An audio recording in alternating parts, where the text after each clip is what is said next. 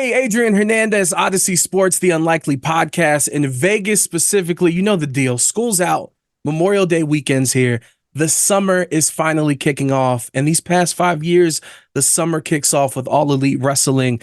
They'll be here the entire weekend. This Saturday, MGM Grand Garden Arena will be having AEW Collision. And then Sunday, the 5-year anniversary, AEW's Double or Nothing. Few tickets left. Go get them. AEW Tix, TIX.com.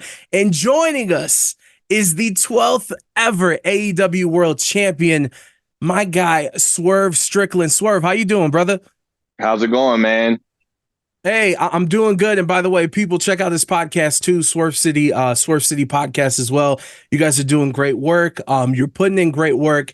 And the first time we talked, it was on Zoom, and I believe it was a week before Wrestle Dream.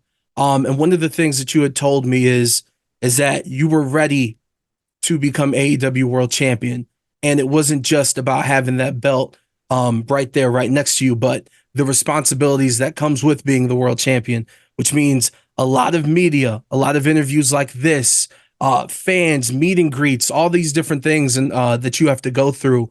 And now that you've been champion for a minute now, how is it having all these responsibilities? It's taxing, to say the least. I don't want people to make light of it. It's actually not an easy thing, but that's why I wanted to put myself in that position, because nothing that anything that we do on a weekly basis, on a daily basis, is easy.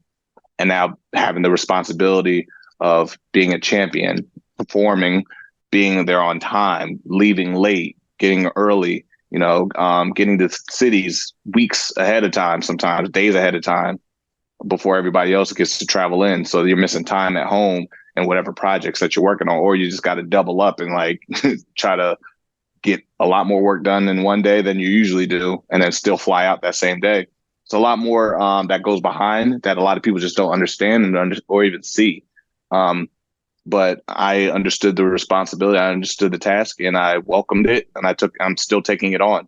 And even still being champion for maybe a month now, 4 or 5 weeks have passed. That's still not a lot of time. It's still very early, very short time period, and a lot has happened just within those 4 weeks. People can say what they want about how I'm presented, but there's still so much more to go. There's still a lot of growth happening. They don't know what's coming, and to a certain degree, I don't know what's coming up next. I can there's a lot of challenges that's going to be coming up. The new challenges, especially once I get through Christian Cage at Double or Nothing, there's going to be a whole lot a more roster shuffling and movements and even business ventures that's going to be coming into play. No, 100%. You got that target on your back, but I do want to say, because I think it should be said, and I hope people have told you this, but I think it's very beautiful that, and in our interview, that wasn't the first time that you had talked about that. You've been speaking this into existence throughout your journey, but to see that manifest and actually happen, that should give motivation to everybody in whatever they're trying to be the champion in. So that was a beautiful thing. And before we go too deep into Double or Nothing, your career in AEW, I would be remiss if we do not talk about this Kendrick versus Drake beef. And if we can just talk about this for the rest of the interview, that'll be fine. But What is your initial thoughts now that the dust has settled for the most part? For me, I was hanging on every word from Kendrick. Drake had a lot of great substance and great flows. He's finally switched up his flow a little bit with the Family Matters thing. And of course, his beat choices are always accumulative to him and his sound and the people, But it felt like just Kendrick just had so many different one-liners that you just couldn't stop saying over and over again in everyday discussion. Nothing about that, all that A minor, and then he just had so many. You had to pop out and show some people. I know you tweeted that out with some of your photos. You know what I mean? Should I bleed him yet? Yeah, there's so many just one-liners in every song, that it's just it's becoming cultural, and that's the one thing Kendrick really pulled off extremely well. over Drake. Another thing I've said this about like Drake before. I'm like, the thing is, it's not even about who has dirt on who. It's just the fact that like Drake is always outside. He's always been outside for like the past 10, 15 years. Like whether it's his dating life, whether it's his antics, whether it's social media, whether it's his hair, his outfit, his All nail the polish on albums, all the tours, like everything. all the content, all like just him on television. He's a famous, very, very famous person. And Kendrick takes the fame down a lot. So when he doesn't pop out a lot, when he does, it's you go and see something's happening. So all that kind of stuff can be memed, even though like him like doing the basketball stuff, being courtside, and like him in the crowd, like the meme of him like looking through his phone. There's so much memeable content with Drake that also skewed a lot of material for Kendrick to just use. And then people also like look in the material and go back on their phones and like, oh, that's true because we've seen him out here. There's this so and so. So, oh, he Yeah. did message so and so. And there's DMs of so and so, and all this because there's so much of Drake. We have so much of him for the last 10, 15 years. It's almost became the material that wrote all the stuff that Kendrick wrote in three songs himself. And So that's where I think where they were just playing on two different playing fields from the start. I also appreciate that. I know that you care a lot about your presentation. And what you just Mm-hmm. said is like, yo, Kendrick's presentation, he comes out with a purpose. He ain't just outside to be Yeah. outside. And also, shout out to you. I don't know if you knew this, but Baby King, born and raised here in Vegas. So, Vegas is straight TDE country because Kendrick used to do shows out here with like 25 people at like pub bars. So this is like Mm-hmm. home base for him too. Obviously the West Coast.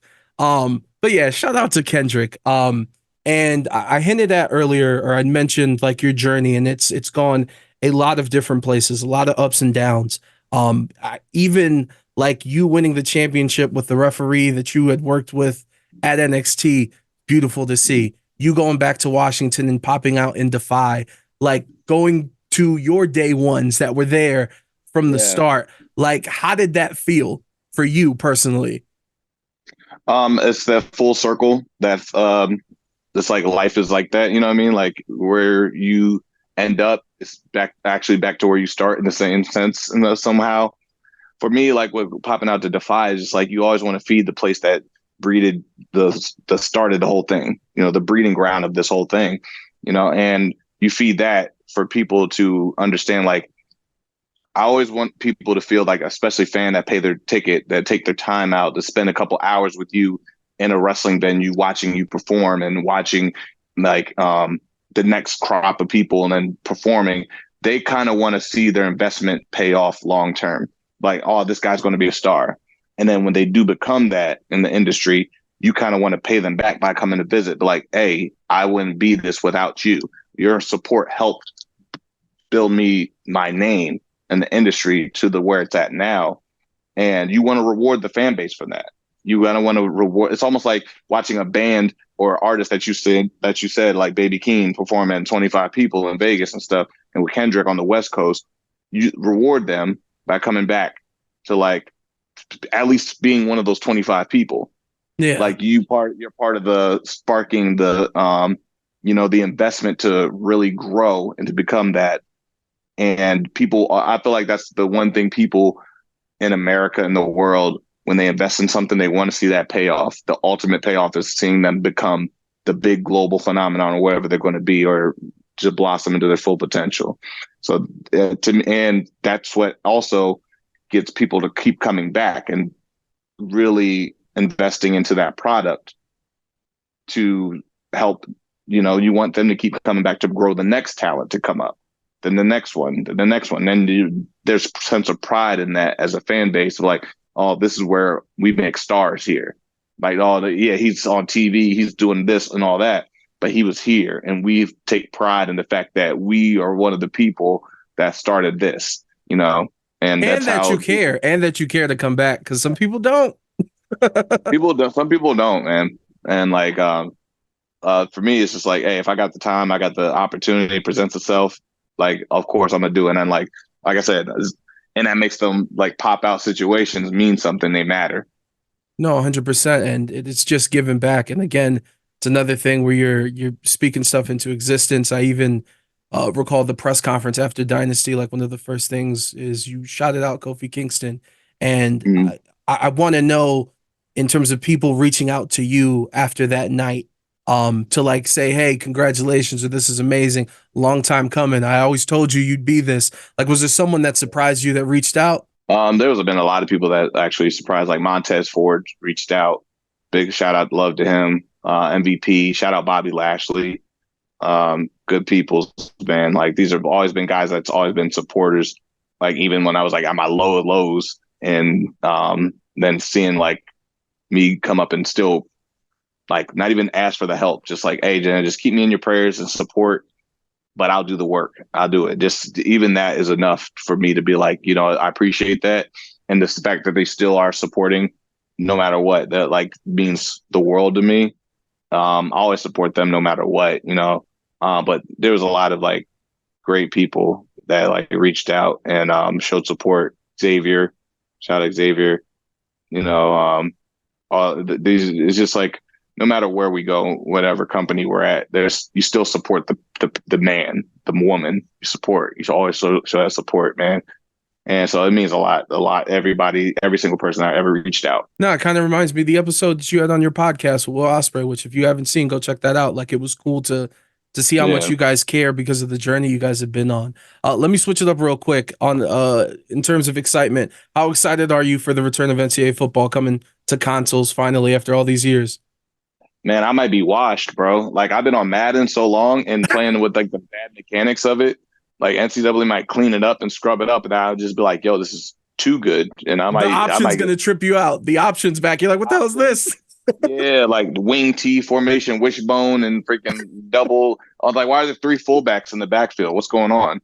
Like it's going to be a whole new revamp, and it's going to take me. This one's probably going to take me a bit to really readjust to.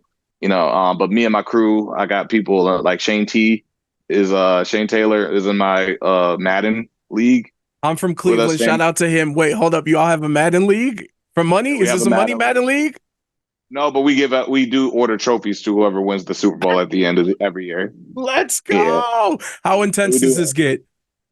It gets bad. Like there's been times where like we have to mute each other on the mics, and we don't. I can't even talk to him until I see him at TV.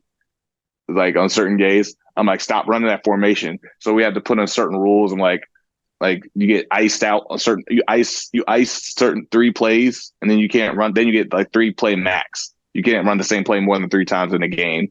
And then like when you do run that play, you can't run it for another 3 plays. What's up So with you that have though, bruh? If you see the play, you gotta adjust the defense. Why? What's that about?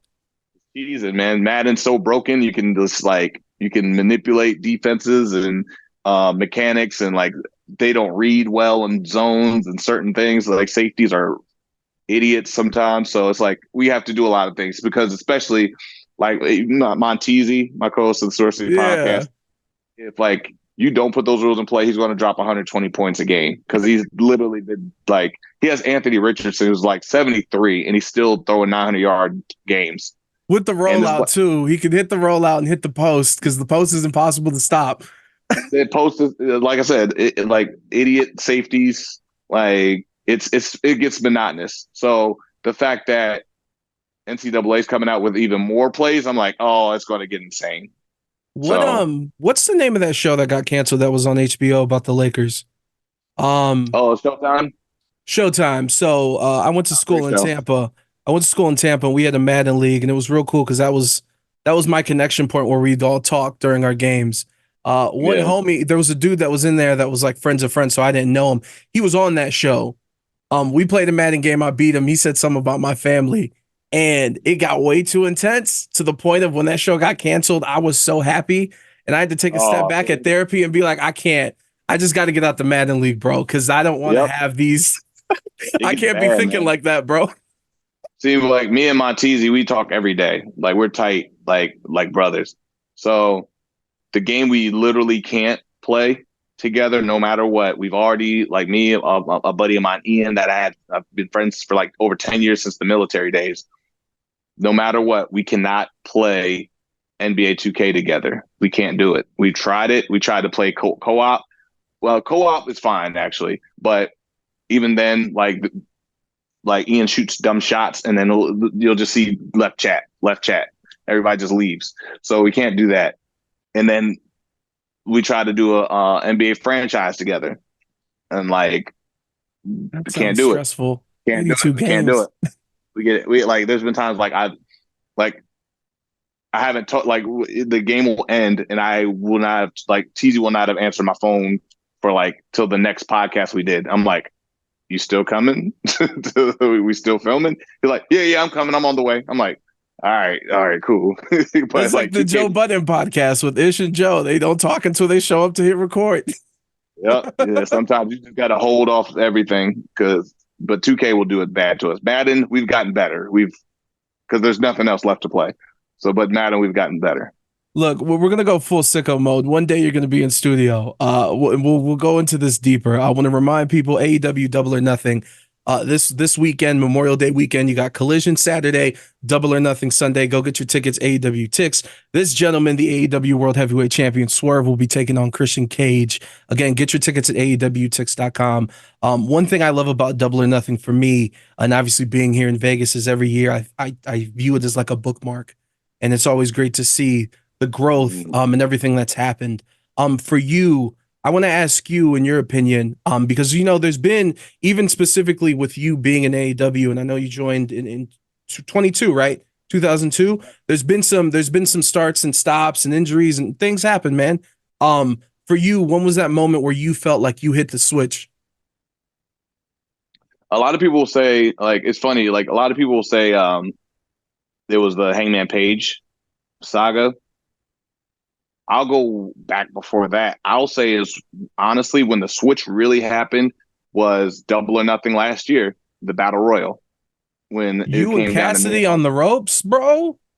Yeah, I think that's where everybody was like, okay, all right, this guy has to be on the main shows. And then the following week, when it was me and Orange Cassidy for like the international title, we opened the show and we went like 17, almost 20 minutes to open the show. That was the next like switch again. And I think that's where everybody's like eyes just lit up and we're like, I'm ready to see him mix it up in the main. I'm ready to see him get more. And that's kind of what you want. I was like, I'm always wanting people to want more. Like even people now in my title reign, they're like, well, yeah, but we want more. I'm like, good. That's the point. Like people like want everything dressed down now so they can get tired of it later. I'm the opposite. I want you to want more now and then get fed as the 9-course meal. Yeah, I feel You get you. more as it goes, rather than you just get like the steak at the beginning and then I'm too full. Like this is too much. Now you're wanting salad. Now you're wanting bread. Now you're wanting like Yeah. as that goes on. That's how things go. Like I always say, compared like television.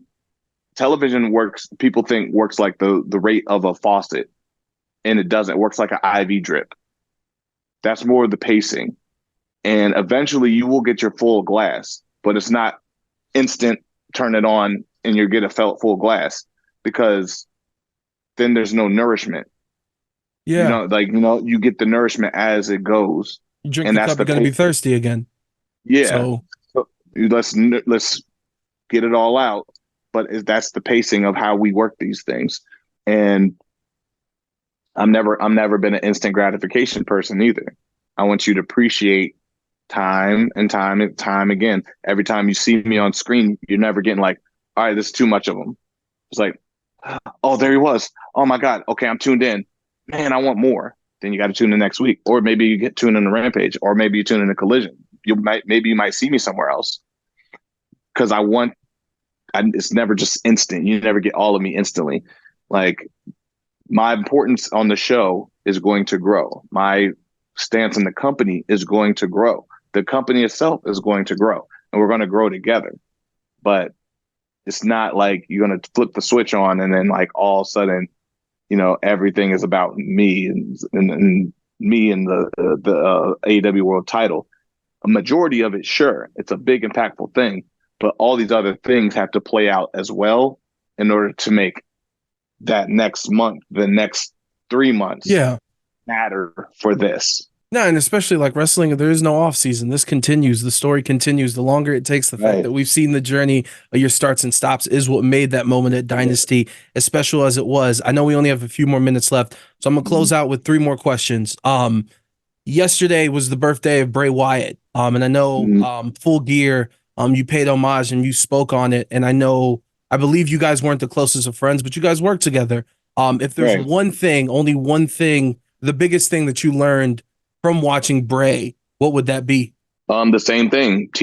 Like making things pace it out weekly. Like before Bray came back on television, you were just getting barcodes everywhere, and it wasn't giving you a whole lot of information, but it was something to keep you tuned in and watching for something every single week. A rabbit in the background, a puppet over here. Like it was small things, and it was layered and sprinkled out. Now, today's society, it's hard for people to really hold attention and keep them interested for so long of a time. But Bray he was patient with that, and he was meticulous, and he was calculated. It was like all the brain, all the inner workings of everything that he did. It came from him. You know what I mean? And I was always appreciative of that. It's like, man, for me, I would hope to have like such a deep mind like that, and um, just his locker room morale was incredible too. Like I said, I wasn't in there with him long, but it was impactful. Just a little bit of time made such an impression on me to want to like continue certain things that he did just in my personal life and like my professional life. That's incredible, man. Rest in power to Bray. I saw Yeah. that you are having a remix to Big Pressure with Bun B. You've done Yeah. Rolling Loud. That was incredible to see. What's next on the music front and the podcast front, too? We got to get the plugs in. Podcast is popping right now, man. Like great guests. Osprey and Adam Copeland were the last two that we did on Swerve City Podcast on YouTube. YouTube.com/Swerve City Podcast. Subscribe. We're getting more guests, not just in pro wrestling, but all across the industry. Man, female, doesn't matter. It's popping. It's doing big things right now. And we just jumped from the 200 slot on Apple Podcasts in the music genre, actually from 200 all the way to 18 We love to in see it. the last 3 weeks. So that was a big jump for us there. So we're competing with like Ryan Seacrest and shit. It's great. So, uh, so, um, the music front, man, me and Flash Garments, the man that you see every week, Garments on the entrance music and video. We just finished the album. We recorded 5 songs in one day and sent them off to get mixed and mastered in the house. We barred up the house and we just got to work, finished 5 songs, but we got 10 tracks total and got them finished in the process of being mixed and mastered. The album's dropping soon. Motion Sickness with me and Flash Garments. It's going to be crazy. Swerve the Realist and Flash Garments. Motion Sickness album coming soon.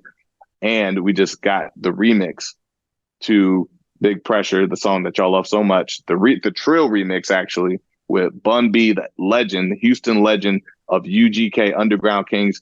Bun B is on the track. Spit his verse. Came through. He just happened to be in Orlando at the same time. And I was like, bro, come in. He was like, I'll be there right away. And he came through, dropped the track. So let's just understand, in the next week or two, probably 2 weeks, music video is going to be dropping with that too. Ooh, With Bun okay. B. So also we're working on doing a territorial remixes. So you might see ASAP jump on Big Pressure.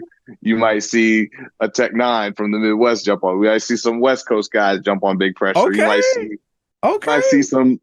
So there's going to be like probably 12 Big Pressures by the time we're done with this thing, and they're all be mixed, all sound different, all have different verses. I might switch it up a little bit. I It's might gonna be add a the One different verse. Blood remix. The One Blood remix. Bring it Yeah, back, baby. but all separate tracks though. So that's what we're in the process of working on and bringing out every connection. Might bring some Florida people too. Who knows? Hey, I don't know. that's the So beautiful thing. Bun B's got his Trill Burgers out here in Vegas. So listen, our in-person interview is going to be at Trill Burgers in Vegas. I'm speaking it into existence, and I'll I love close it. out with this final question. We'll close out with this because I love this phrase and I want to know what it means to you. But when I say AEW, we're the best wrestle. What does that mean to you? To me, it's the passion of what we bring in the ring. That's like literally there's no other place like that, and it's all gathered from all over the world to come here to All Elite Wrestling to exclusively sign with us, to truly believe in a product that not just like not just myself, not just like all the Americans, the West Coast, the East Coast. No, everybody, the UK, Canada, Canadian, Mexico, uh, uh, Japan, everybody is all in sync at the same time right now. You don't get this in-ring product anywhere else in the world. It's like there's great in-ring product everywhere, but truly to see the absolute best, you have to watch All Elite Wrestling. If you truly put not only just like entertainment and wrestling like on the two different things, I feel like we deliver all of it. If you just watched the episode last night on Dynamite, we gave you a hell of a go home show. I'm chasing Christian throughout the backstage of the arena, like Ah, Prince Nana making his return, you blood love to falling from see the it. sky on Malachi Black, Darby Allin with a freaking flamethrower blowtorch in the main event. Like you got a whole helping of a lot, and that's why I'm saying like the best Russell, but we're also the best at entertain. Listen, the AEW World Champion just told you, Swerve Strickland, thank you for the time. And if you don't believe him, go check it out for yourself this Sunday, AEW Watch Double or yourself. Nothing, MGM Grand Garden Arena, Collision on Yeah. Saturday as well. Get your tickets at AEWTix.com. Swerve, it's been a pleasure, man. Thank you for the time. Thank you. And don't just watch and just check out little clips and minute long clips on social media. Watch the show. I can tell when y'all people are commenting and not watching the show. Watch the show. Yo, Watch the show. Invest your time. Because if you're not getting the investment fully because you're watching the minute clips, because that's you got your own self to blame. Invest the time to invest in your enjoyment.